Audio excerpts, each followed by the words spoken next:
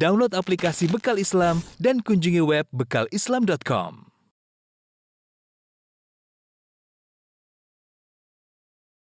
Bismillahirrahmanirrahim. Assalamualaikum warahmatullahi wabarakatuh. Innal hamdalillah nahmaduhu wa nasta'inuhu wa nastaghfiruhu wa natubu ilaih. Wa na'udzu billahi min syururi anfusina wa sayyiati a'malina. May yahdihillahu fala mudilla lahu wa may yudlil fala hadiyalah. Wa asyhadu an la ilaha illallah wahdahu la syarika lah. Wa asyhadu anna Muhammadan abduhu wa rasuluhu la nabiyya ba'dah. Ya ayyuhalladzina amanu taqullaha haqqa tuqatih wa la tamutunna illa wa antum muslimun. Ya ayyuhan nasu taqu rabbakumul ladzi khalaqakum min nafsin wahidah wa khalaqa minha zawjaha wa batha minhuma rijalan katsiran wa nisaa'a wattaqullaha alladzi tasaaluna bihi wal arham innallaha kana 'alaikum raqiba. Ya ayyuhalladzina amanu taqullaha wa qulu qawlan sadida yuslih lakum a'malakum wa yaghfir lakum dhunubakum wa may yuti'illaha wa rasulahu faqad faza fawzan 'azima amma ba'd fa in asdaqal hadithi kitabullah wa khairal huda huda Muhammadin sallallahu alaihi wasallam wa syarrul umuri muhdatsatuha wa kullu muhdatsatin bid'ah wa kullu bid'atin dhalalah wa kullu dhalalatin finnar. Hadirin dan hadirat yang dirahmati oleh Allah Subhanahu wa taala, alhamdulillah puji dan syukur kita panjatkan kepada Allah atas segala limpahan karunia dan kemudahan yang Allah berikan kepada kita. Salawat dan salam semoga tercurahkan selalu kepada junjungan kita Nabi Muhammad sallallahu alaihi wasallam, juga kepada keluarganya serta seluruh sahabat beliau tanpa terkecuali. Kita melanjutkan pembahasan kita dari As-Sirah An-Nabawiyah. Pada pertemuan lalu telah kita sampaikan tentang proses datangnya Nabi ke kota Madinah, kemudian Nabi sallallahu alaihi wasallam tidak langsung masuk ke pusat kota Madinah, tetapi Nabi masih di pinggiran kota Madinah, itu di daerah Quba. Sembari nanti Nabi SAW akan membangun Masjid Quba di daerah tersebut. Tatkala Nabi SAW di Quba, datang sahabat Salman Al-Farisi radhiyallahu anhu untuk menemui Nabi SAW. Ya. Dan kita tahu kisah Salman Al-Farisi masuk Islam beliau panjang dan akan kita sampaikan pada kesempatan kali ini. Jadi waktu Nabi SAW didatangi oleh Salman, kemudian Salman menceritakan kisahnya kepada Nabi SAW, maka Nabi menyuruh Salman untuk bercerita kepada para sahabat, ya, untuk motivasi para sahabat, untuk menjelaskan tentang mahalnya hidayah, anugerah hidayah itu sangat bernilai, ya, dari Allah Subhanahu Wa Taala. Kita bacakan kisah Salman. Beliau bercerita tentang dirinya sendiri. Yaqulu Salman radhiyallahu anhu. Salman radhiyallahu anhu berkata, kuntu rajulan farisiyan min ahli Asbahan. Aku adalah seorang dari Persia, tinggal di kota Asbahan. Asbahan salah satu kota di Iran sekarang. Min ahli qaryatin minha yuqalu lahu Jayyun. Aku tinggal di suatu kampung atau suatu daerah dari kota Asbahan. Daerah tersebut dikenal dengan nama desa atau kampung Jayyun. Wa kana abi dihqana qaryatihi. Ayahku adalah lurah atau kepala desa, kepala dusun di kampung tersebut. Wa kuntu ahabba khalqillahi ilaihi. Dan aku adalah orang yang paling dicintai oleh ayahku. Falam yazal bihi hubbuhu iyaya hatta habasani fi baitihi kama tuhbasul jariyah. Begitu besar cintanya ayahku kepadaku sampai akhirnya dia pun menahanku di rumah, ya, karena saking sayangnya kepadaku sebagaimana seorang gadis ditahan di rumah. Saking sayang ayahnya kepada Salman Al-Farisi. Wajtahattu fil majusiyah. Dan aku bersungguh-sungguh dalam menjalani agama Majusi. Itu agama yang menyembah api. Hatta kuntu qatinan nar. Sampai-sampai begitu aku mendalami agama Majusi, sampai aku diangkat sebagai juru kunci api yang mereka sembah, yaitu harus menjaga api tersebut jangan sampai padam, jangan sampai surut nyala apinya. Maka aku ditugaskan untuk menjaga api tersebut. Ini menunjukkan Salman sudah benar-benar dipercaya dan benar-benar dalam agama Majusi. Alladzi yuqiduha la yatrukuha takhbu. Yang tugasnya aku menjadi penjaga api yang tugasnya adalah untuk menyalakan api dan tidak membiarkan api tersebut surut saatan, meskipun hanya sesaat, tidak boleh dia redup, tidak boleh.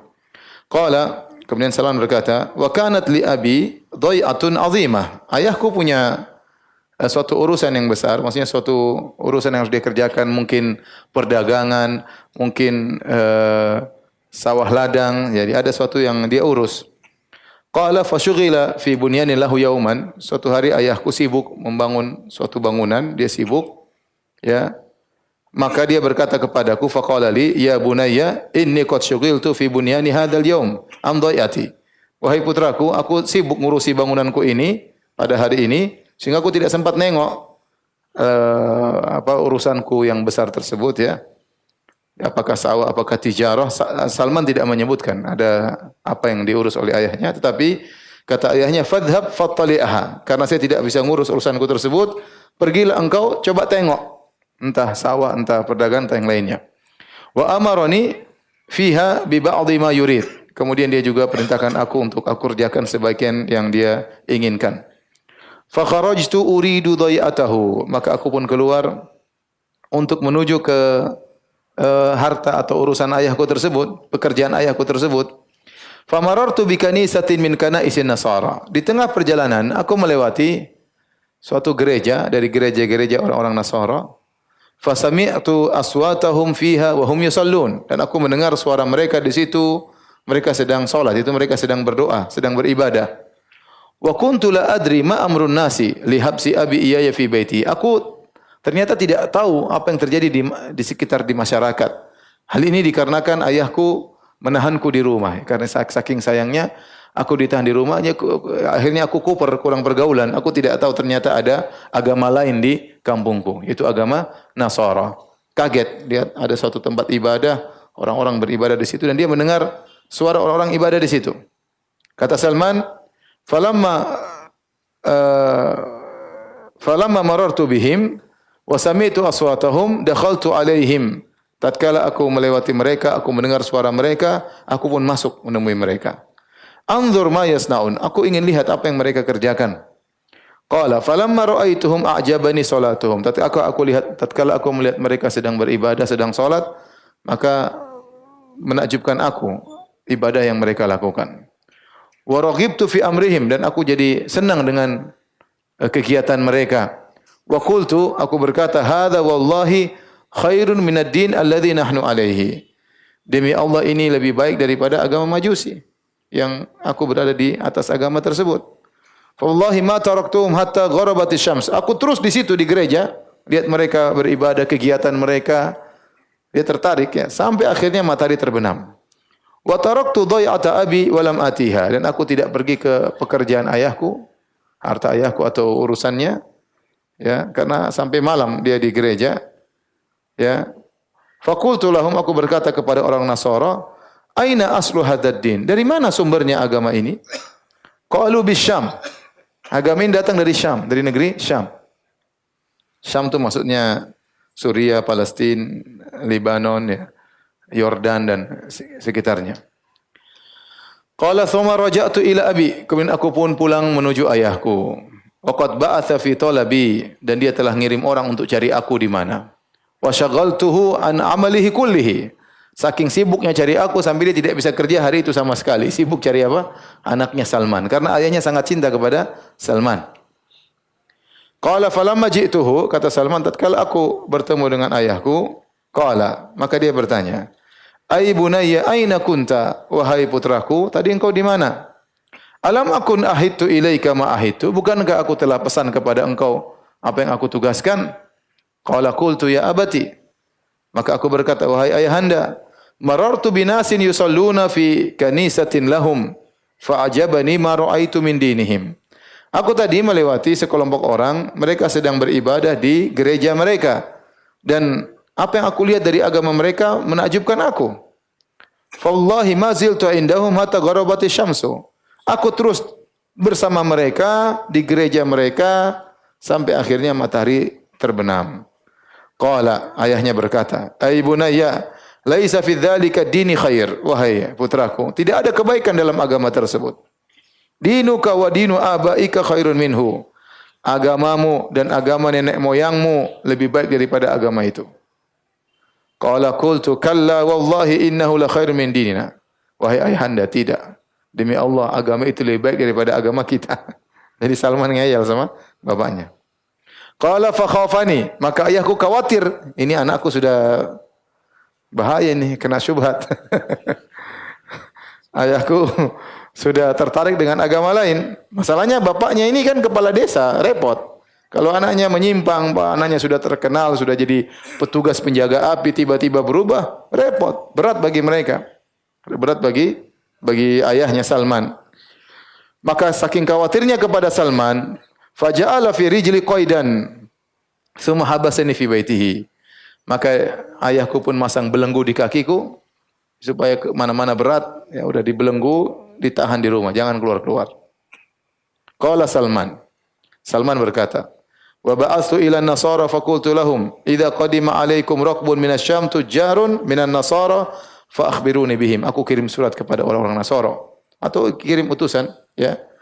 Kalau nanti datang orang-orang musafir, para pedagang, kafilah dagang dari negeri Syam datang ke kampung kita dari orang-orang Nasara, kabarkanlah kepadaku. Sampai suatu hari, faqadima alaihim raqbun minasyam tujjarun minan nasara. Kemudian tiba-tiba suatu hari datanglah sekelompok pedagang orang-orang Nasara dari negeri Syam datang ke kampungnya Salman. Qala fa akhbaruni bihim, akhirnya orang-orang Nasara kabarkan kepadaku, wahai Salman, mungkin lewat surat atau lewat utusan, telah datang orang-orang dari negeri Syam, pedagang orang-orang Nasara. Fa qultu lahum, idza qadaw hawaijahum wa aradu raja'ata ila biladihim fa adhinuni. Kalau para pedagang tersebut sudah selesai dari urusan mereka, hajat mereka sudah selesai, dan mereka ingin balik ke negeri Syam, kabarkanlah kepadaku.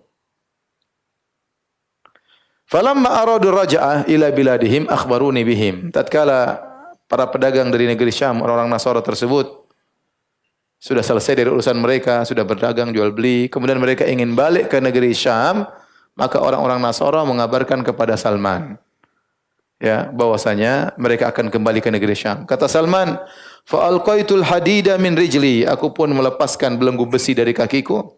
Dia tidak sebutkan bagaimana caranya, yang penting dia lepaskan. Thumma kharajtu ma'ahum hatta qadimtu Syam. Akhirnya aku pun pergi bersama para pedagang Nasara tersebut sampai aku tiba di negeri Syam. Ya, lumayan jauh dari Iran ke negeri apa? Syam. Falamma qadimtuha, tatkala aku tiba di negeri Syam, qultu man afdalu ahli hadzal din? Aku bertanya kepada mereka, siapa orang paling topnya, orang paling solehnya, orang paling baiknya dari orang-orang Nasara yang penganut agama ini? Qalu al-uskuf fil kanisa. Ada uskuf. Uskup. Ya, kalau bahasa kita apa? Uskup. Ya, pastor atau apa? Pendeta. Pendeta tinggal di gereja atau ada di gereja. Qala faji'tuhu, aku pun mendatangi uskup tersebut. Faqultu inni qad ragibtu fi hadzal din. Aku berkata kepada uskup tersebut, wahai uskup, sungguhnya saya sangat tertarik dengan agama ini. Wa ahbabtu an akuna ma'aka akhdimuka fi kanisatika. Dan aku ingin tinggal bersamamu agar aku bisa melayanimu di gereja, jadi pelayan gereja, melayanimu. Wa ata'allamu minka wa usalli ma'aka. Aku ingin belajar dari engkau dan aku ingin salat bersamamu, ya. Qala fadkhul. Akhirnya uskup tadi mengatakan, ayo masuk. Fadakhaltu ma'ahu, aku pun masuk tinggal bersama sang uskup di gereja. Qala Salman. Setelah Salman tinggal sama dia, Salman bilang apa? Fakana rajula su. Ini uskup laki-laki kurang ajar. Ini orang buruk. Ya'muruhum bisadaqah wa yuraghibuhum fiha. Kerjaannya menyuruh orang untuk bersedekah, memotivasi orang-orang untuk bersedekah. Fa idza jama'u ilaihi minha asya'a, kalau mereka sudah kumpulkan harta kepada dia, harta sedekah, iktanazahu li nafsihi, dia kumpulkan untuk dirinya sendiri.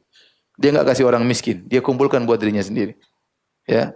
Walam yu'tihil masakin, dan dia tidak berikan kepada orang-orang miskin.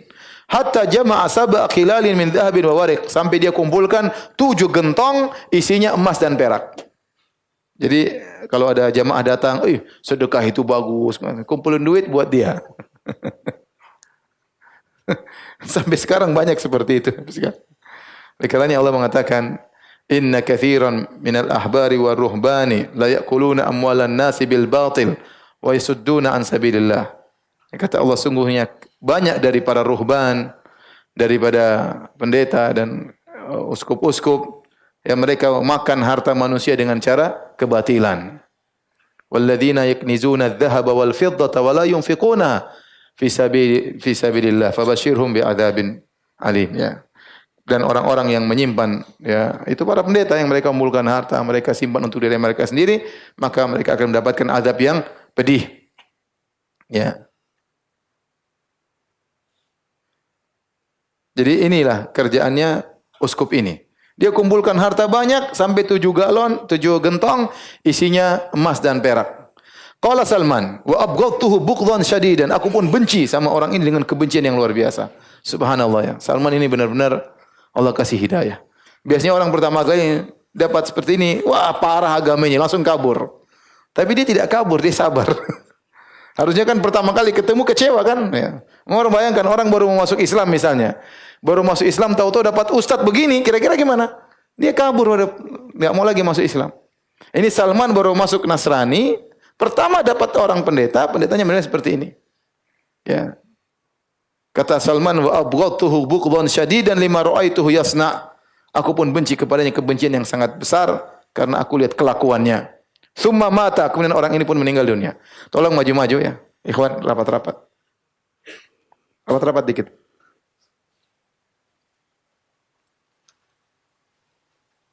Buka masih lama, santai aja.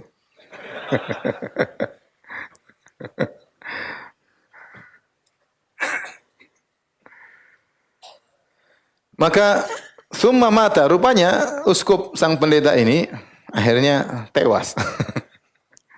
Fajtama'at ilaihi an-nasara liyadfanuhu. Orang-orang Nasara tidak tahu dia dibohongi sama pendeta ini. Maka mereka berkumpul, ya ingin menguburkan pendeta ini. Faqultu lahum, akhirnya Salman bongkar rahasia. Karena yang tahu rahasia pendeta ini Salman. Salman berkata, "Inna hadza kana rajula su'in." Ini pendeta yang kalian hormati ini orang buruk, orang jelek. Ya'murukum bisadaqah wa yuraghibukum fiha. Dia nyuruh kalian untuk bersedekah, dia memotivasi kalian untuk bersedekah. Fa idza ji'tumuhu biha iktanazaha li nafsihi. Kalau kalian sudah bawa harta sedekah, kumpulkan sama dia, dia simpan buat dirinya sendiri. Walam yu'til masakin minha syai'an. Dan dia tidak kasih orang miskin sama sekali. Semuanya dia kantongi buat dirinya sendiri. Qalu wa ma ilmuka bidzalik. Mereka tidak percaya. Mereka bilang, dari mana kau tahu? Dari mana kau tahu? Pandainya ini pendeta nutup apa? Nutup keburukannya, ya. Nutup keburukannya. Kata mereka, dari mana kau tahu?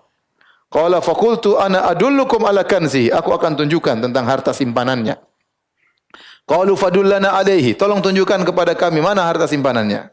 Qala Salman fa araituhum mawdi'ahu. Aku pun ngantarin mereka, aku tunjukkan nih tempat simpan harta sang pendeta. Qala Salman ya fastakhraju minhu sab'a qilalin mamlu'atan dhahaban wa wariqan. Akhirnya mereka masuk ke tempat tersebut, mereka keluarkan 7 gentong isinya emas dan perak, full gentong ya. Isinya emas dan perak.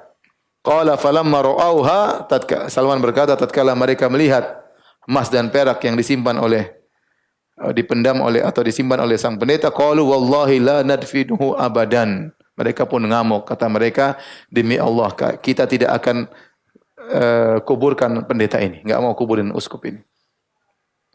Fasalabuhu, lalu mereka sudah mati pendetanya tapi karena jengkel mereka salib itu pendeta.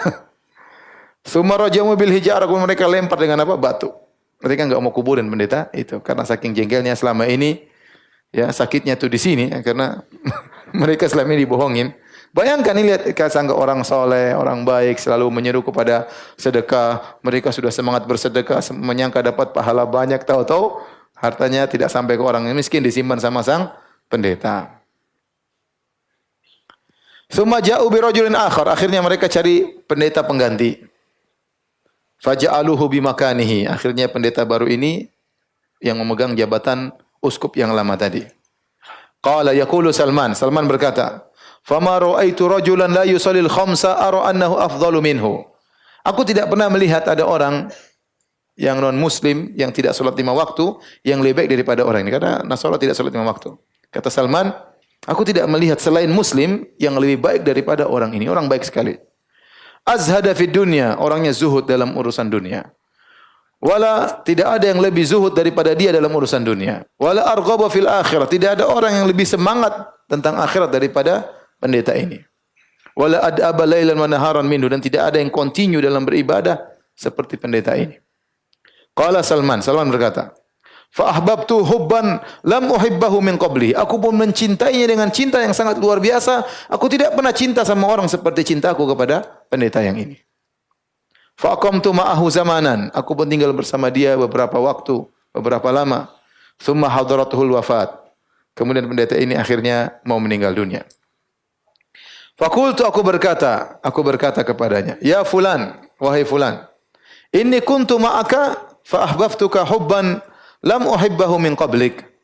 Wahai sang pendeta, aku telah bersama dengan engkau dalam waktu yang cukup, dan aku mencintaimu dengan kecintaan aku tidak pernah mencintai seorang pun sebelumnya seperti cintaku kepadamu.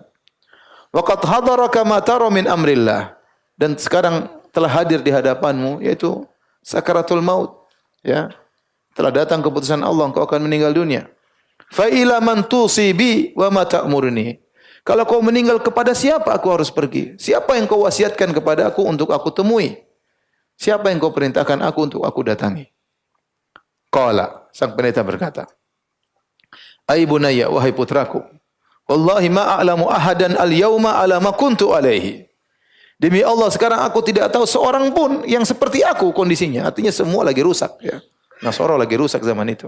Yang seperti saya ini saya tidak tahu seorang pun. Padahal negeri Syam kan luas. Laqad halakan nas, orang-orang sudah meninggal, orang-orang baik sudah pada meninggal. Laqad halakan nas, orang-orang sudah pada binasa, rusak.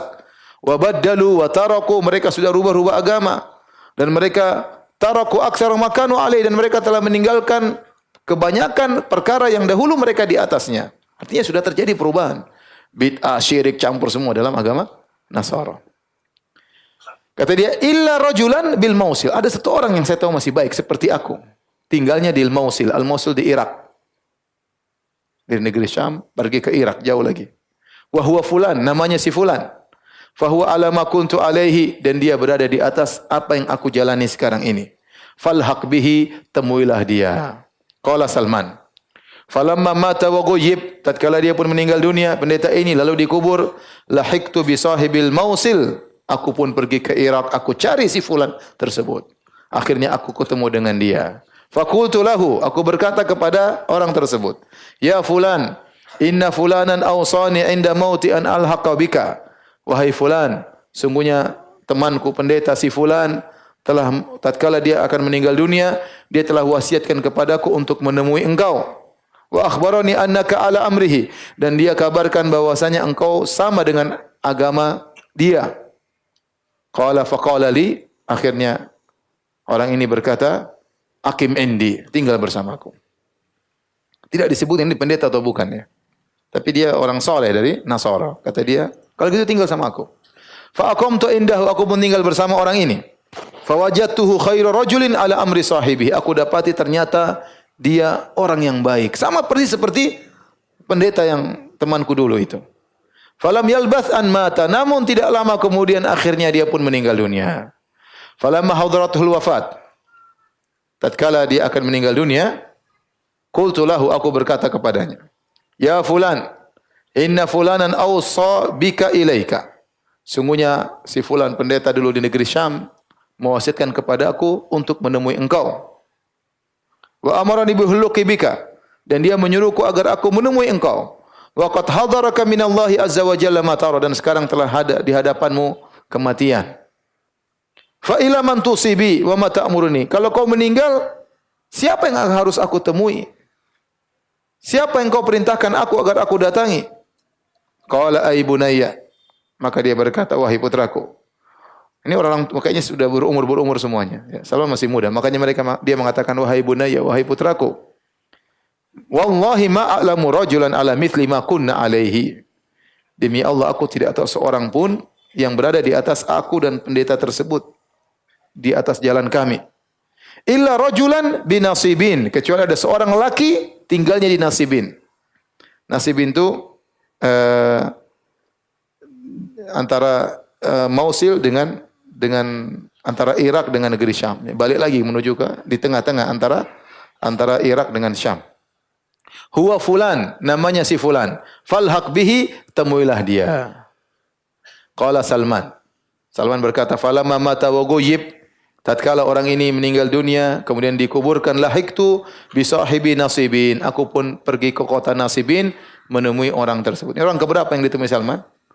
Orang keempat. Yang pertama kacau, yang kedua, ketiga baik, ini yang keempat juga baik. Faji'tuhu fa akhbartuhu khabari. Aku pun datang kepadanya dan aku kabarkan tentang perkaraku.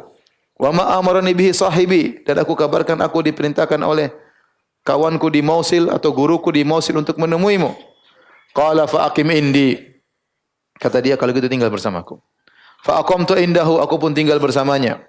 Fa wajadtuhu ala amri sahibaihi. Aku dapati dia ternyata persis seperti dua orang sebelumnya. Seperti yang di Syam dan seperti yang di Mausil. Fa aqamtu ma'a khairi rajulin, aku pun tinggal bersama orang yang terbaik. Fa wallahi ma labitha an nazala bihil maut. Namun tidak lama kemudian dia pun meninggal dunia. Ini tua-tua semua sepertinya. Jadi mereka teman-teman kayaknya saling kenal. Tidak lama kemudian dia pun meninggal dunia. Falamma hudir, tatkala dia akan meninggal dunia, qultu lahu, aku berkata, ya fulan, wahai fulan, inna fulanan kana awsa bi ila fulan, thumma awsa bi fulan ilaika, fa ila man tusibi wa ma ta'muruni. Wahai fulan, dulu temanku di Syam mewasiatkan kepada kawanku di Mausil. Kemudian di Mausil meninggal, wasiatkan kepada engkau. Sekarang kalau kau sudah meninggal, saya kemana? Saya harus pergi ketemu dengan siapa? Kepada siapa kau perintahkan aku untuk aku datangi? Maka dia berkata, ya bunayya, wahai putraku, wallahi ma na'lamu ahadan baqi ala amrina amuruka an ta'tiya illa rajulan bi amuriyah.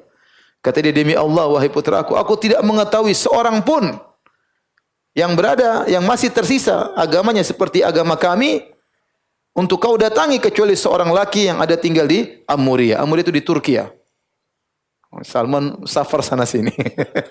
dari Iran kemana terus ke Syam, terus ke Irak, ke Mausil, terus ke Nasibin, sekarang ke Amuriyah. Entah kemana Amuriyah di Turki ya. Jauh Turki.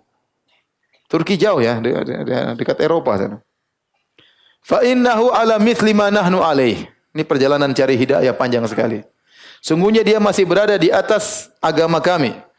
Fa in ahbabta fa'tihi. Kalau kau mau temui dia. Ini jauh memang ini. Kalau kau ingin ketemu dia.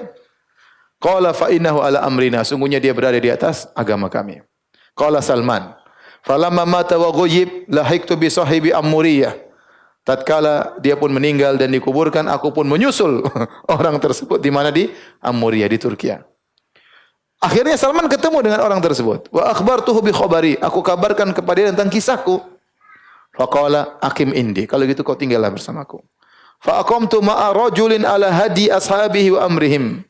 Ternyata aku tinggal bersama seorang yang baik. Sama seperti kebiasaan 3 orang sebelumnya. Di atas agama 3 orang sebelumnya. Ini orang keempat yang baik.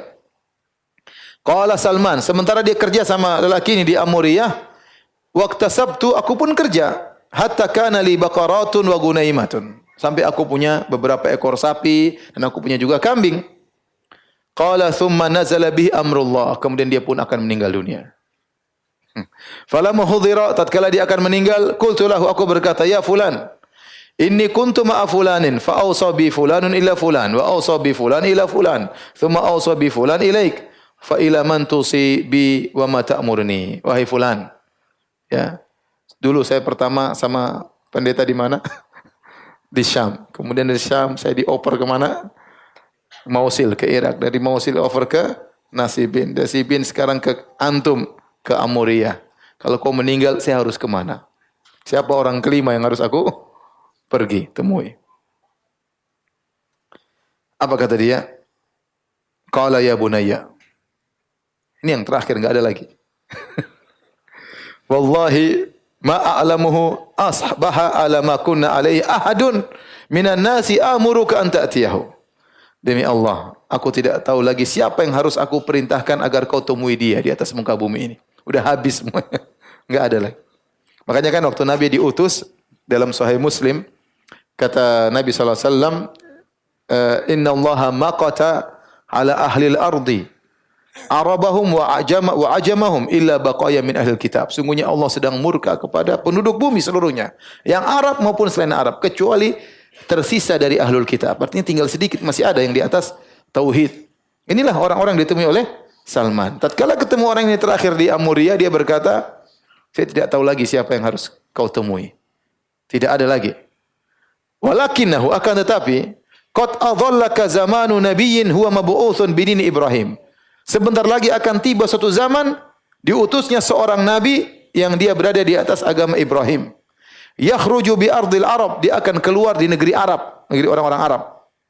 Muhajiran ila ardin baina harrataini bainahuma nakhlun, dan dia akan muncul di negeri Arab dan dia akan berhijrah ke suatu tempat yang kota tersebut adalah baina harratain, kota tersebut terletak di antara dua kumpulan batu cadas, dan di antara kedua kumpulan batu cadas tersebut banyak korma.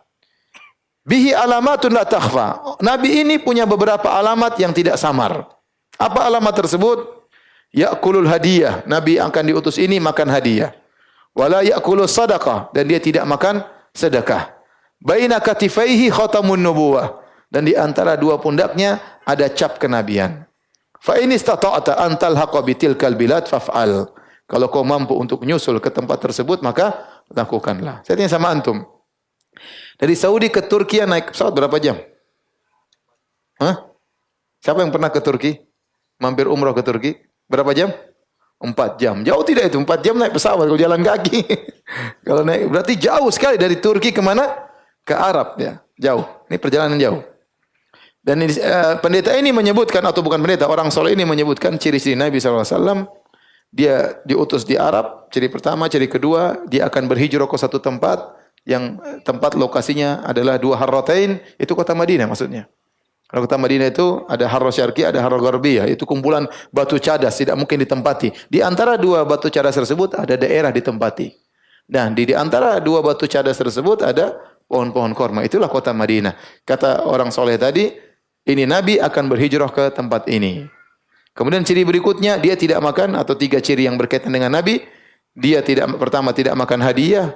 Yang kedua, dia makan hadiah dan dia tidak makan dari sedekah, dan ada cap kenabiannya.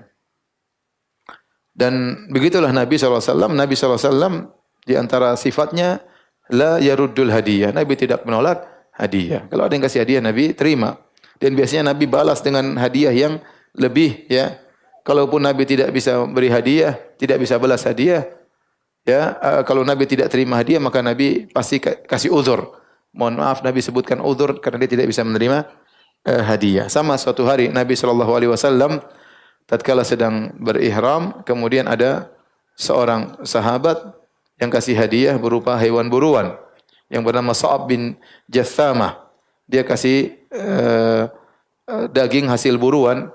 Maka Nabi berkata, "Ama inna lam naruddahu alaika illa anna hurum." Kami sebenarnya tidak mau menolak hadiahmu, tetapi kami sedang berihram. Dan orang ihram tidak boleh makan hewan buruan.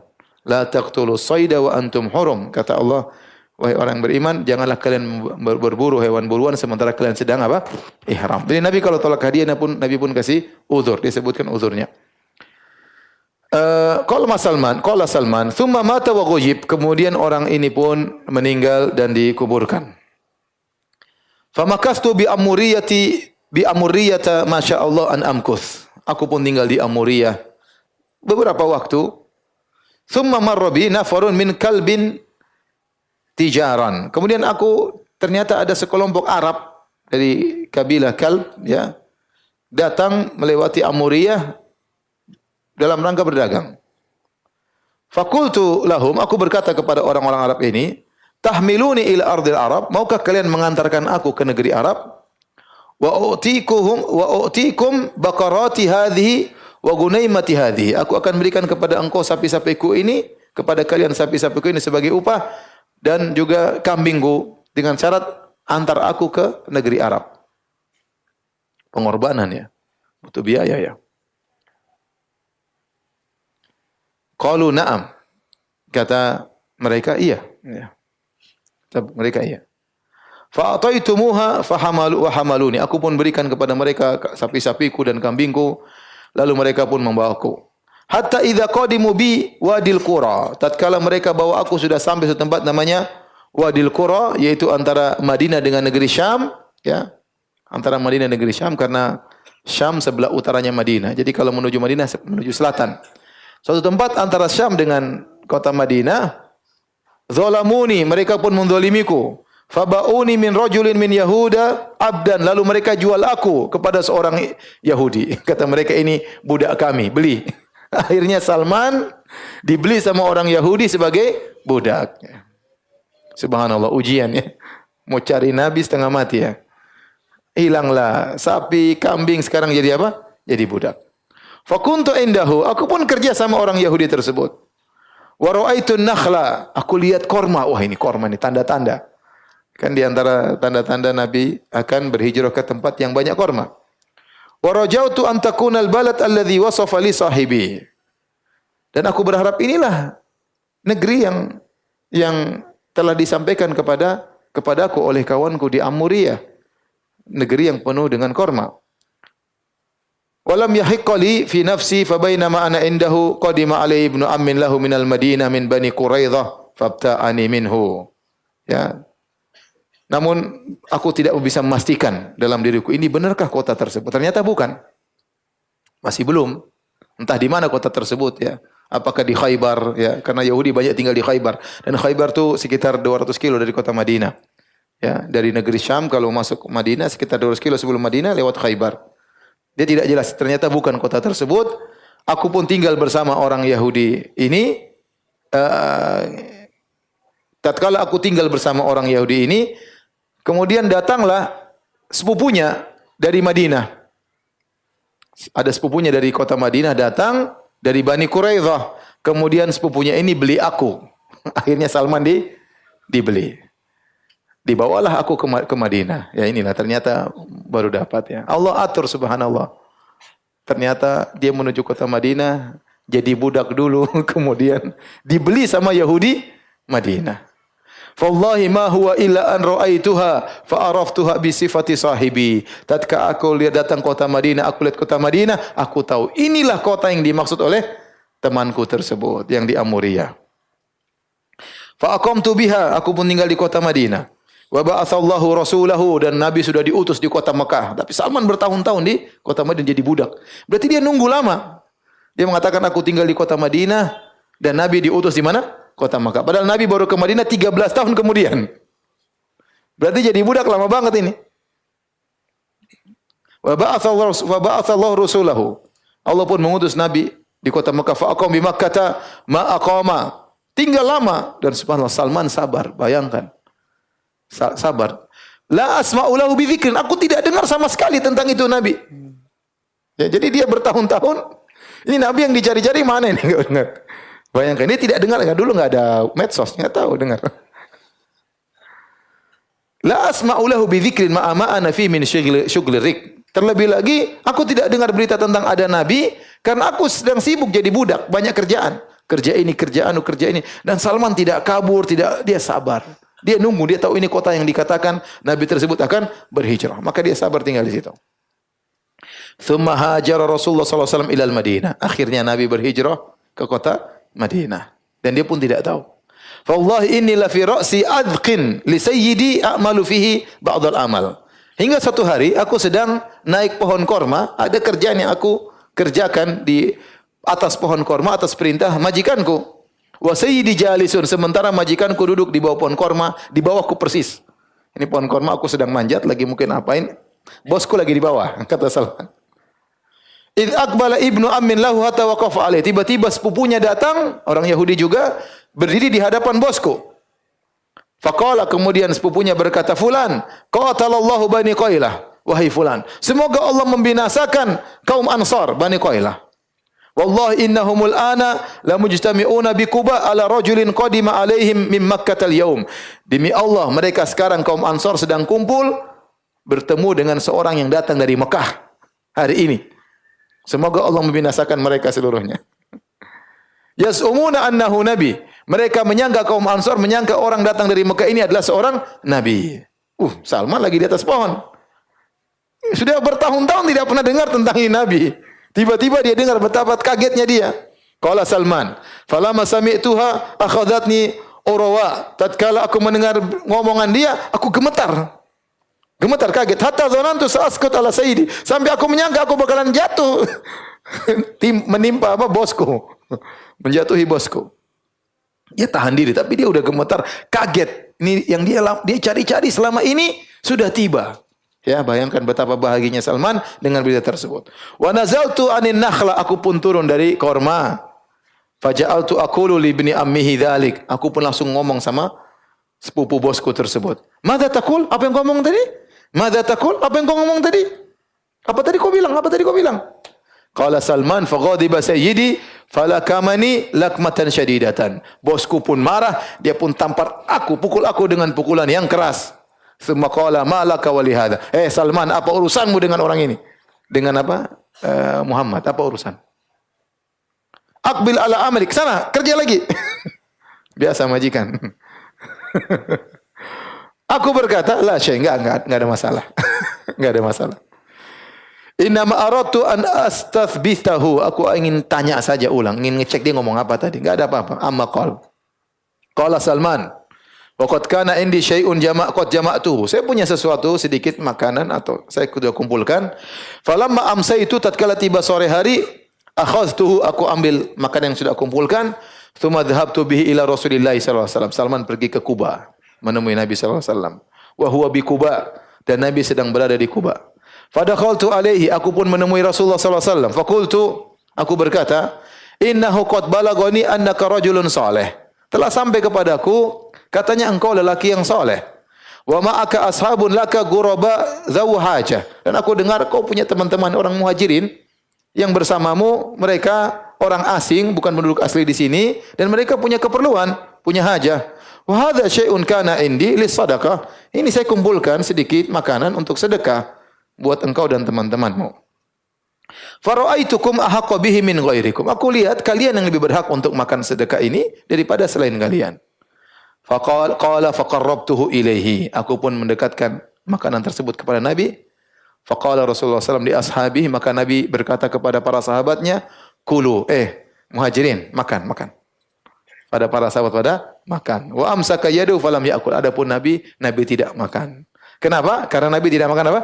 Sedekah, ya. Kenapa Nabi tidak makan sedekah? Karena dalam hadis, ya, Rasulullah SAW berkata, inna sadaqah la tambaghi li ali Muhammad. Sedekah tidak pantas untuk keluarga Muhammad.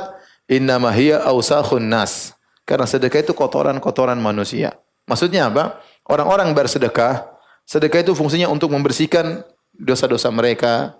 Makanya Allah berfirman, khudz min amwalihim shadaqatan tutahhiruhum wa tuzakkihim biha. Ambillah dari mereka sedekah, zakat, yang zakat tersebut akan mensucikan mereka, membersihkan mereka.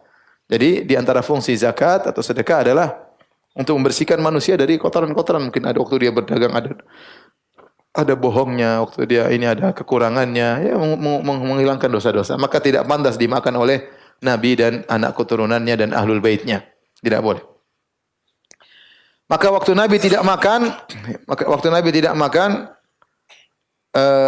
maka Salman berkata, faqultu fi nafsi, aku berkata dalam diriku, hadhihi wahidah. Ini ciri pertama. Tidak makan apa? Sedekah. Tsumman saraftu anhu fajama'tu syai'an. Kemudian saya pulang. Saya kumpulkan lagi makanan yang lain. Wa tahawwala Rasulullah SAW ilal Madinah. Kemudian Rasulullah sudah lama, Rasulullah SAW tinggal di Madinah, ada yang mengatakan 2 minggu. Salman ketemu di Kuba 2 minggu. Setelah itu Rasulullah pergi ke Madinah. Setelah mungkin berminggu-minggu baru Salman ketemu lagi, kumpulkan lagi sedikit makanan atau makanan yang cukup. Kemudian summa ji'tuhu bihi. Kemudian aku datang menemui Nabi dengan bawa makanan tersebut. Faqultu, aku berkata kepada Rasulullah, "Inni ra'aituka la ta'kulu sadaqah." Aku lihat engkau tidak makan sedekah. Wa hadhi hadiyatun akramtuka biha. Ini hadiah, aku ingin muliakan engkau dengan hadiah. Jadi apa bedanya hadiah dengan sedekah? Sedekah itu dikeluarkan biasanya untuk orang miskin, orang keperluan. Kalau hadiah untuk memuliakan atau untuk agar kita dekat dengan orang tersebut itu namanya hadiah. Bendanya sama tapi niatnya apa? Berbeda. Ya, kata dia, Salman bilang, saya lihat kau tidak makan sedekah, tapi ini hadiah, saya ingin muliakan engkau dengan hadiah tersebut. Qala fa akala Rasulullah sallallahu alaihi wasallam minha. Maka Rasulullah SAW pun makan dari makanan tersebut yang saya bawa. Wa amar ashabahu, kemudian dia suruh sahabat-sahabatnya untuk makan, fa akalu ma'ahu, lalu mereka makan bareng Nabi sallallahu alaihi wasallam. Qultu fi nafsi, kata Salman dalam diriku, hatani ithnatan, sudah 2 tanda. Tinggal tanda terakhir, cap apa? Kenabian. Karena dikata pendeta tadi 3, tidak makan sedekah, makan hadiah, ada tanda kenabian. Kemudian kesempatan yang lain berikutnya, summa jitu Rasulullah sallallahu alaihi wasallam huwa bi Baqi'il Gharqad. Suatu hari aku menemui Nabi sedang di Baqi'il Gharqad, di Baqi', kuburan Baqi'. Qala wa qad tabi'a janazatan min ashabi. Nabi sedang mengantarkan jenazah di antara sahabat-sahabatnya yang meninggal dunia. Alaihi syamlatan, dan Nabi sedang pakai 2 selendang, tertutup bajunya, ya, tertutup badannya. Wa huwa jalisun fi ashabi. Nabi sedang duduk bersama sahabat-sahabatnya. Fasallamtu alaihi. Aku menjawab assalamualaikum. Thumma stadartu anzur ila dhahri. Kemudian aku setelah beri salam aku putar ke belakang, pingin ngecek lihat apa? Masalahnya Nabi pakai apa? Kain, jadi enggak bisa kelihatan. Hal aral khatam alladhi wasafa li sahib. Aku pingin lihat adakah tanda kenabian yang kata temanku tersebut, tanda ketiga. Falamma ra'ani Rasulullah SAW istadbartuhu. Tatkala Nabi lihat aku muter ke belakang, Nabi tahu. Ya, arafa anni astathbitu fi syai'in wusifali. Nabi tahu ini Salman ini ingin ngecek sesuatu. Nabi tahu. Salman ingin ngecek apa? Tanda kenabian. Fa'al qarida'u. Nabi buka. Fa nadartu ila al-khatam fa araftuhu. Maka aku lihat khatam, aku pun tahu. Fan kababtu alaihi uqabbiluhu. Maka aku pun tunduk, aku pun mencium Nabi sallallahu alaihi wasallam wa abki, dan aku pun menangis. Qala li Rasulullah sallallahu alaihi wasallam, kata Rasulullah sallallahu alaihi wasallam, tahawwal, ya. Kemarilah. Fatahawaltu fa qasastu alaihi hadithi fa ajaba Rasulullah sallallahu alaihi wasallam an yasma' dzalika ashabuhu. Maka aku pun ceritakan kisahku. Bayangkan ini perjuangan bertahun-tahun dengan penuh pengorbanan, safar beribu-ribu kilo untuk bisa menemui ini. Saatnya ternyata terpenuhi 3 ciri Nabi sallallahu alaihi wasallam, tidak makan sedekah, makan hadiah, dan ada tanda kenabian di punggung Nabi sallallahu alaihi wasallam. Syekh Utsaimin rahimahullah waktu mengomentari hadis ini beliau berkata, ini di antara sunnah Nabi sallallahu alaihi wasallam, kalau ada orang ingin tahu sesuatu dari kita dan itu bermanfaat, maka kasih tahu. Jangan bikin dia penasaran. Kalau bermanfaat, kalau enggak bermanfaat enggak usah. Ngapain kasih tahu orang, urusan kita privasi masih. Tapi kalau dia ingin tahu dari kita dan kita tahu kalau kita kasih tahu dia bahagia, ya, dan itu bermanfaat bagi dia, kasih tahu, ya. Sebagian orang malah suka bikin penasaran orangnya. Mau tahu? Saya enggak akan kasih tahu. Tidur gelisah. Jadi ya, begitulah Nabi suka menyenangkan hati orang. Dan kata Nabi sallallahu alaihi wasallam, wa habbul a'mali ila Allah sururun tudkhuluhu fi qalbil muslim. Di antara amalan yang paling dicintai oleh Allah ada rasa senang yang kau masukkan ke dalam hati seorang muslim. Summa qala li Rasulullah sallallahu alaihi wasallam. Jadi di sini Nabi suruh Salman cerita kepada para sahabat. Ini dalil tidak mengapa kalau ada orang punya kisah dan kemudian dia cerita, dia dapat hidayah dari satu agama ke agama yang lain, atau dari dahulunya pelaku maksiat kemudian dia cerita, selama cerita tersebut tidak menjatuhkan kedudukannya, ya. Artinya tidak dia ungkapkan misalnya saya dulu berzina dengan sekian perempuan, yang tidak perlulah. Itu buruk dan terhina. Tapi kalau misalnya saya dulu makan riba atau saya dulu pemusik, itu mungkin tidak mengapa, ya, selama itu ada manfaatnya, memotivasi orang untuk bisa meninggalkan kemaksiatan, ya. Sebagaimana Salman cerita, saya dulu majusi, saya dulu begini, saya dulu begini, saya dulu begini. Dan Nabi ingin para para sahabat mendengar kisah dari Salman selama itu bermanfaat dan tidak menjatuhkan kedudukan orang yang bercerita tersebut. Sama seperti waktu Ja'far bin Abi Thalib ketemu dengan Raja Najasyi, dia berkata, "Ya ayyuhal malik, kunna fil jahiliyah na'kulul juthah." Kami dulu di zaman jahiliyah kami makan bangkai, wa nusiul jiwar, kami buruk dengan tetangga, wa yaqulu qawiyya minadh dhaif, yang kuat makan yang lemah. Kami begini, na'til fawahish, kami melakukan perbuatan-perbuatan keji. Dia cerita secara umum, ya. Kami dulu begini, itu buruk tetapi ada manfaat karena dia ingin menjelaskan tentang kemuliaan Nabi. Sampai datanglah Muhammad sallallahu alaihi wasallam, maka kami meninggalkan itu semua. Maka Muhammad mengajarkan kami untuk begini. Intinya menceritakan masa lalu, kalau ada manfaatnya, enggak ada masalah ya. Bukan kemudian kita maksiat, kita sudah Allah sudah tuh kemudian ceritakan ya, ini yang tidak boleh. Tapi kalau suatu hal yang ada manfaatnya tidak ada masalah. Dalam hadis juga sahabat terkadang duduk di masjid, Nabi sedang berzikir, sahabat ngobrol di masjid tentang perkara jahiliyah sehingga mereka tertawa. Ya, mungkin ente dulu begini, mereka tertawa dan Nabi lewat, Nabi tidak larang. Baik. Setelah itu Nabi berkata kepada Salman, "Katib ya Salman, wahai Salman, tebus dirimu." Ada namanya katib, budak mukatib, budak mukatib itu budak yang membeli dirinya kepada majikannya dengan harga tertentu, dibayar dengan kredit. Misalnya, wahai majikan, saya ingin beli saya bebas 500 juta ya. Misalnya, cicil ya. Oke, kalau setuju. Kalau lunas dia bebas. Dan majikannya senang ya. Berarti dia dapat uang banyak, maka dia kasih pasang harga yang tinggi supaya budaknya kerja keras, akhirnya beli dirinya sendiri ya. Akhirnya Salman pun ingin beli dirinya kepada majikannya jual mahal.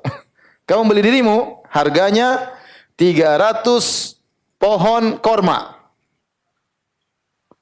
Kemudian 40 uqiyah. Uqiyah itu 40 dirham. Kalau 40 uqiyah berarti 400 berapa? 40 dirham kali 40 berapa? 1.600 ya? Ya. Dirham. Faqala Rasulullah sallallahu alaihi wasallam li ashabihi ainu akhakum. Tolonglah saudara kalian ini.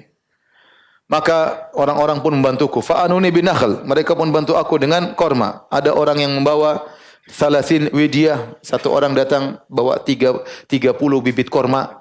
Ada seorang bawa 20 bibit korma. Ada yang bawa 15 bibit korma. Ada yang bawa 10 bibit korma.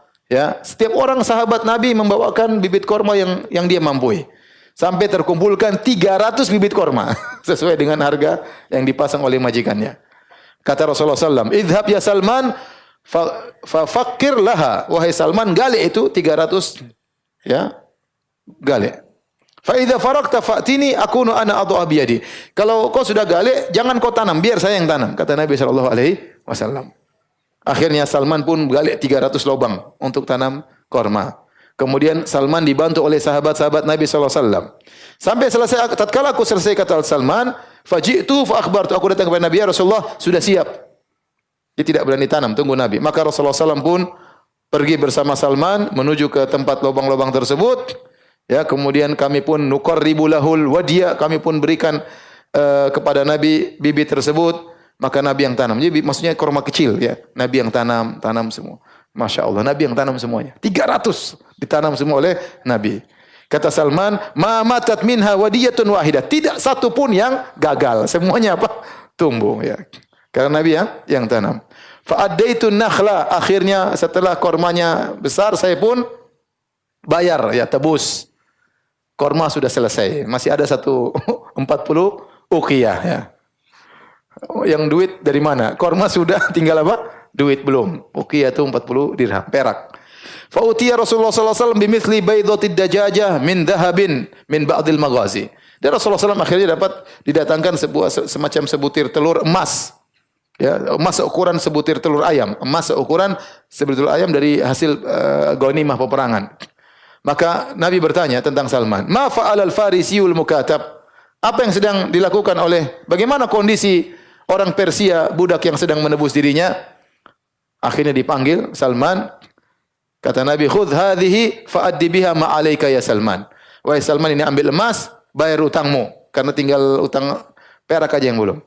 Fakultu wa aina taqa hadhihi ya Rasulullah mimma 'alai? Ya Rasulullah, bagaimana ini apa cukup untuk membayar utangku 40 uqiyah, 1.600 dirham. Qala khudha fa inna Allah sayuaddi biha anka. Ambil dan Allah akan bayarkan untukmu. Maka aku pun ambil sebutir telur emas tersebut yang fawazantuhu lahum minha walladhi nafsu Salman biyadihi 40 uqiyah. Kemudian aku timbang, ternyata persis senilai dengan utangku 40 apa? Uqiyah, persis. Kata Salman, demi zat yang jiwa Salman berada di tangannya. Persis. Jadi pas itu, satu telur itu persis beratnya sama dengan senilai dengan 40 uqiyah utangnya Salman. Fa'awaituhum haqqahum wa ata'tu. Aku pun melunaskan hutangku dan aku pun bebas. Lalu aku ikut bersama Nabi pertama kali perang Khandaq. Ya. Setelah itu tidak ada peperangan yang aku lewati, semuanya aku ikuti. Jadi karena waktu perang Uhud, perang Badar, perang Uhud, Salman masih jadi budak, dia belum bisa ikut perang. Setelah dia bebas, pada tahun ke-5 Hijriah baru kemudian dia ikut perang dalam perang Khandaq.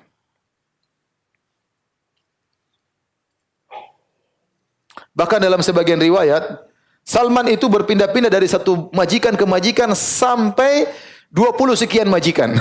Jadi dijual sana, jual sini. Jual sana, jual sini. Sampai berapa? 20 lebih majikan. Enggak bertahun-tahun nunggu Nabi, enggak datang-datang. Sampai 20 lebih majikan. Sabarnya Salman Al-Farisi. Hadirin Allah Subhanahu wa taala. Kemudian Rasulullah SAW tinggal di Kuba, ya. Rasulullah SAW tinggal di Kuba. Berapa lamakah Nabi SAW tinggal di Kuba? Ya. Maka ada khilaf di kalangan para ulama. Al-Imam Al-Bukhari Imam Muslim meriwayatkan dari Anas bin Malik. Beliau berkata, "Lamma qadima Rasulullah SAW al-Madinah, nazala fi ulul Madinah." Tatkala Rasulullah SAW tiba di kota Madinah, Nabi tinggal di bagian atas kota Madinah, yaitu di bagian daerah Kuba. Fi hayyin yuqalu lahum Bani Amr bin Auf. Di satu daerah, itu daerah disebut dengan daerah Amr bin Auf, Bani Amr bin Auf. Fa aqama fihim 14 lailah. Kata Anas bin Malik, Nabi tinggal di situ 14 hari. 14 hari. Ini pendapat Anas bin Malik dan diriwayatkan oleh Imam Bukhari, Imam Muslim. Sementara Ibnu Ishaq meriwayatkan dengan sanad yang hasan.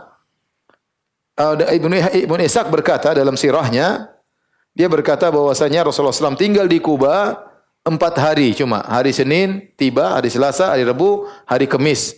Kemudian hari Jumat Nabi meninggalkan kota Kuba. Ya, wallah alam besok yang lebih benar, tetapi Ibnu Ishaq tidak menyebutkan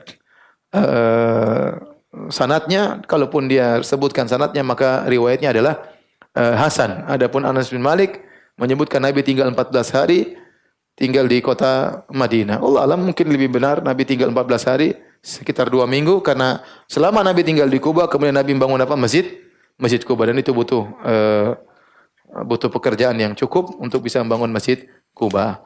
Taib, demikian saja para hadirin, ya. Kita lanjutkan insyaallah pembahasan kita pada Rabu depan tentang pembangunan Masjid Kuba dan apa yang terjadi setelahnya. Yang ingin bertanya saya persilakan, wallahu taala alam bisawab. Pertanyaan, apakah Nasrani saat itu sudah mengakui Nabi Isa sebagai anak Allah? Dari mana pendeta Turki itu tahu mengenai Nabi Muhammad? Apakah dari Injil yang masih asli?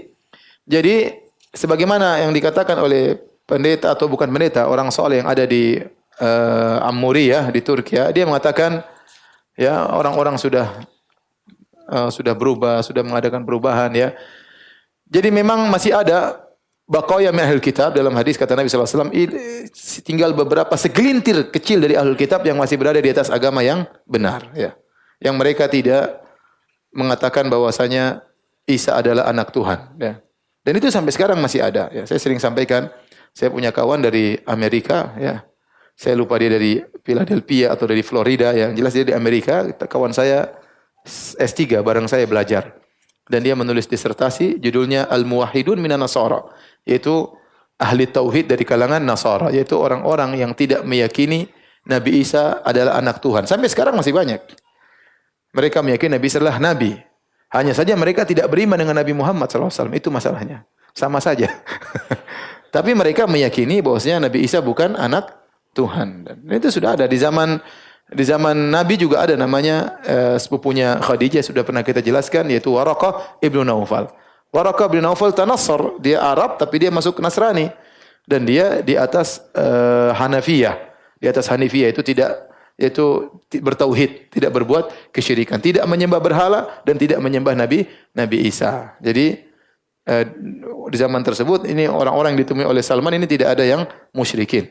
Makanya mereka mengatakan adapun orang-orang sudah pada berubah, mengganti, kemudian meninggalkan ke mayoritas ajaran.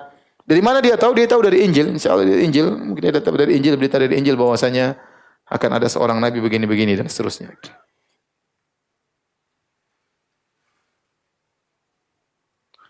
Ustaz, saya ingin bertanya, 1 tahun lalu sebelum berhijrah, saya pernah bermain judi online. Dan hasilnya saya belikan beberapa sepatu dan baju. Dan sampai sekarang saat saya sudah berhijrah masih saya sering gunakan beberapa sepatu dan baju tersebut. Apakah saya harus menjual semua barang tersebut dan disumbangkan untuk renovasi jalan?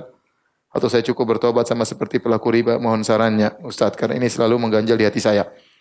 Jadi, harta haram ada dua. Harta haram ada dua. Yang pertama adalah harta yang diperoleh dengan tanpa keridhaan pihak yang lain. Contoh seperti merampok, mencuri, korupsi. Maka jika seorang sudah bertobat, harus dikembalikan. Harus dikembalikan. Kalau tidak bisa dia kembalikan, maka dia sumbangkan ke yang berhak. Ya. Yang kedua, harta yang dia peroleh haram tetapi diridhoi. Sama-sama diridhoi. Contoh riba. Contoh main judi. Judi kan sama-sama oke, kita sepakat. Kamu kalah ya sudah. Contoh zina. Zina, dia melayani, dapat duit, itu namanya harta hasil zina. Kalau dia sudah bertobat kepada Allah, maka tidak mengapa. Halal insyaAllah ta'ala. Yang penting dia bertobat dengan tobat yang sesungguhnya. Ya. Itu tidak mengapa. Allah alam bisawab ya. Ini pendapat. Kalau dia mau jual, ya terserah dia. Tapi saya katakan, menurut para ulama tidak mengapa. Bagaimana apabila celana dalam terkena madhi Ustaz, sedang keadaannya lagi di luar rumah, tidak ada ganti, apa harus dicuci atau percikan Ustaz? Madhi ada khilaf di kalangan ulama, apakah dia najis atau bukan. Jumhur ulama berpendapat bahwasanya madhi adalah najis. Sebagian riwayat dari Imam Ahmad mengatakan madhi hukumnya sama seperti mani, tidak najis. Tapi lebih hati-hati kita mengikuti pendapat jumhur ulama bahwasanya madhi adalah najis. Kemudian setelah madhi adalah najis, ada khilaf juga. Apakah madhi itu najis yang biasa yang harus dicuci ataukah dia najis mukhaffafah, najis yang ringan? Saya lebih cenderung kepada pendapat Syekh Abdul Rahman bin Nasir As-Sa'di dan juga Syekh Utsaimin rahimahullah bahwasanya madhi itu adalah najis yang mukhaffaf, yang ringan, maka cukup dipercikan. Ya, dipercikan sama seperti air kencing anak laki-laki. Kalau air kencing anak laki-laki kena tubuh kita tidak perlu cuci begini, enggak perlu. Tinggal kita ambil air, kita percikan mengikuti daerah kencing tersebut dan itu sudah dimaafkan. Allah alam bisawab. Tapi kalau antum mau hati-hati, antum cuci celana dalam, basah-basah, keringkan dikit, pakai enggak apa-apa kan? Enggak apa-apa ya. Jangan basah-basah sekali, nanti disangka ngompol ya. Enggak. Ya. Tapi yang benar pendapat Syekh Abdul Sa'di bahwasanya dia hanya sekedar apa? Najis apa? Mukhaffaf. Jadi dipercikan sudah cukup. Allah alam bisawab. Ustaz, bagaimana cara menyikapi suami terhadap istri, istri terhadap suami agar jauh dari pertengkaran? Ya masing-masing ya, kita hidup ini kita sudah ditakdirkan punya istri. Istri kita ya ini. Oh gimana? Di antara miliaran wanita, qadarullah ini istri kita ya. Wanita juga di antara jutaan lelaki, enteng jadi suami saya. Ini pasti ada hikmah yang Allah kehendaki. Ya kita jalani kehidupan ya, dalam kehidupan rumah tangga, kita ingin cari kebahagiaan. Maka ngobrol sama suami, Mas, kita ingin bahagia. Apa yang kau tidak suka dari saya? Apa yang kau suka? Kita kenali apa yang disukai oleh suami, apa yang tidak disukai oleh suami. Suami juga begitu, berusaha mengenal apa yang disukai oleh istri dan apa yang tidak disukai oleh istri ya. Daripada tiap hari bertengkar, sedikit cekcok ya. Kalau cekcok diem, jangan disautin. Kalau istri lagi ngomel jangan disautin ya. Nanti kalau sudah tenang, kita ngobrol baik-baik di kamar. Sayang, masa kita begini terus ya? Hidup 15 tahun bertengkar terus. Masa kehidupan rumah tangga seperti ini? Lihat orang-orang semua bahagia. Ya. Kita begini terus sudah 15 tahun, sudah 14 tahun, sudah puluhan tahun. Seharusnya sekarang puncaknya kita mendapatkan kebahagiaan. Ada yang salah, saya salah, kamu juga salah. Kita perbaiki dong. Cara baik-baik kalau punya niat, in yurida islaha yuwaffiqillahu bainahuma. Kata Allah kalau keduanya ingin kebaikan, Allah kasih taufik. Allah kasih. Tapi kalau dari awal ego, tidak mau ngalah, berarti tidak ingin kebaikan. Kalau ingin kebaikan harus mengalah. Pasti ada hak kita yang tidak terpenuhi, baru bisa terjadi kebaikan. Kalau semua yang kita mau harus dituruti, nggak bakalan baik, nggak bakalan jadi rumah tangga. Ada hal yang saya inginkan, sudah saya harus ngalah demi kelancaran kehidupan rumah tangga saya dengan istri saya. Istri saya pun demikian. Ada yang dia cita-citakan, dia harus ngalah. Ya, makanya kata Allah Subhanahu Wa Taala, wal islahu wasulhu khair wa uhdiratil anfusus syuh. Wa uhdiratil anfusus syuh. Kata Allah Subhanahu Wa Taala, islah itu perdamaian itu baik. Dan ingat, tatkala mau berdamai, jiwa itu dihinggapi oleh rasa pelit ingin menang. Tidak ingin ada haknya yang digugurkan. Nah, kalau kita ingin hak kita semua terpenuhi, kita nggak bisa jalan dalam kehidupan rumah tangga ini. Ya. Jadi namanya rumah tangga ya pasti ada kekurangan, istri punya kekurangan, kita punya kekurangan. Tidak semua keinginan kita harus terpenuhi, tidak semua keinginan istri harus terpenuhi. Jadi ngobrol sama istri. Ajak ngobrol, masa kita begini hidup terus ya? Sampai kapan? Orang lain sudah pada bahagia, bahkan sudah ada yang poligami. Kita, saya bercanda aja.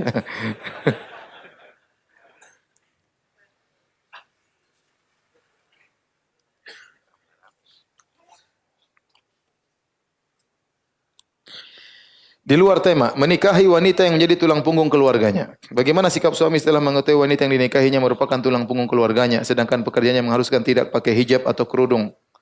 Apakah suami harus menanggung keluarga istrinya agar istrinya berhenti, sementara saudara laki-lakinya masih ada? Apakah suami berhak menceraikan karena hak kurang terpenuhi karena istri kerja? Mohon sarannya. Ini suami juga salah ya. Dia tidak cross check dulu sebelum menikah. Karena kalau istri bekerja kemudian menikah, dia boleh mempersyaratkan saya akan kerja terus. Ya. Kalau suaminya setuju, maka suaminya harus ridho. Waktunya habis untuk istri bekerja karena ini bisa dipersyaratkan di hadapan tatkala sebelum pernikahan. Selama pekerjaannya adalah halal dan tidak maksiat ya. Ya, boleh ya. Dan suami tetap memberi nafkah kepada istrinya ya. Jadi qadarullah sudah begini, ya, maka saya cuma harap saya mengatakan suami wajib menanggung keluarga istri tentu tidak ya, tidak. Tapi harusnya dia mengerti, dia pengertian, dia bantu istrinya, dia suruh istrinya berhenti karena pekerjaannya mengharuskan tidak pakai jilbab, ya sudah. Dia tahu dulu istrinya kerja, dia berusaha ada tanggung jawab lah, dia suruh berhenti, dia berusaha membantu istrinya ya, karena konsekuensi dari istrinya berhenti, istrinya tidak bisa lagi biaya keluarganya. Maka saya bilang sama suami ini, meskipun secara syariat tidak wajib mengayomi keluarga istri, tapi kalau dia niatkan karena Allah untuk membantu istrinya, insya Allah Allah mudahkan. Allah akan, dan sedekah kan menambah pahala, terutama sedekah kepada kerabat. Bukankah istri kita, keluarga istri kita adalah kerabat kita? Mereka lebih utama untuk kita sedekah daripada orang-orang jauh. Wallahu alam bishawab.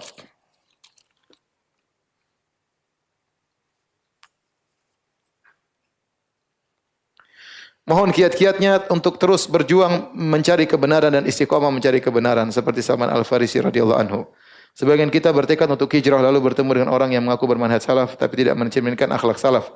Lalu menghindari kajian-kajian sunnah bermanhaj salaf dan terkadang hanya menghadiri kajian-kajian yang menurutnya nyaman dan lupa mohon bersungguh-sungguh kepada Allah hidayah dan taufiknya. Ya, kalau kita ingin hijrah, cari komunitas baru, tinggalkan komunitas apa? Lama. Kalau ada orang yang ternyata akhlaknya buruk, cari komunitas yang akhlaknya apa? Baik ya. Jangan bergaul dengan orang yang akhlaknya buruk ya. Sehingga hijrah kita lebih baik ya. Dan jangan kita coba-coba bergaul lagi dengan orang-orang yang bisa membuat kita kembali lagi. Kalau kita bergaul dengan orang-orang yang buruk dengan untuk kita dakwahi dan kita bisa mempengaruhi mereka, enggak apa-apa. Tapi kalau kita khawatir iman kita belum kuat, khawatir kita kebawa lagi ke masa lalu, maka sebaiknya tidak usah kita bergaul. Cari komunitas yang baru. Ya. Karena sebagian orang salah hijrah, akhirnya meninggalkan musik, kembali lagi kepada musik ya. Tadinya musik metal, sekarang musik Islami, rap dan metal. Ya sama. Hijrahnya setengah-setengah, ya, sayang ya. Makanya berusahalah cari yang komunitas yang baik bulan Ramadan ya. Cari teman-teman yang baik. Demikian saja kajian kita. Insyaallah kita lanjutkan Rabu depan. Kurang lebihnya saya mohon maaf. Subhanakallah bihamdik. Asyhadu an la ilaha illa anta astaghfiruka wa atubu ilaik. Assalamualaikum warahmatullahi wabarakatuh.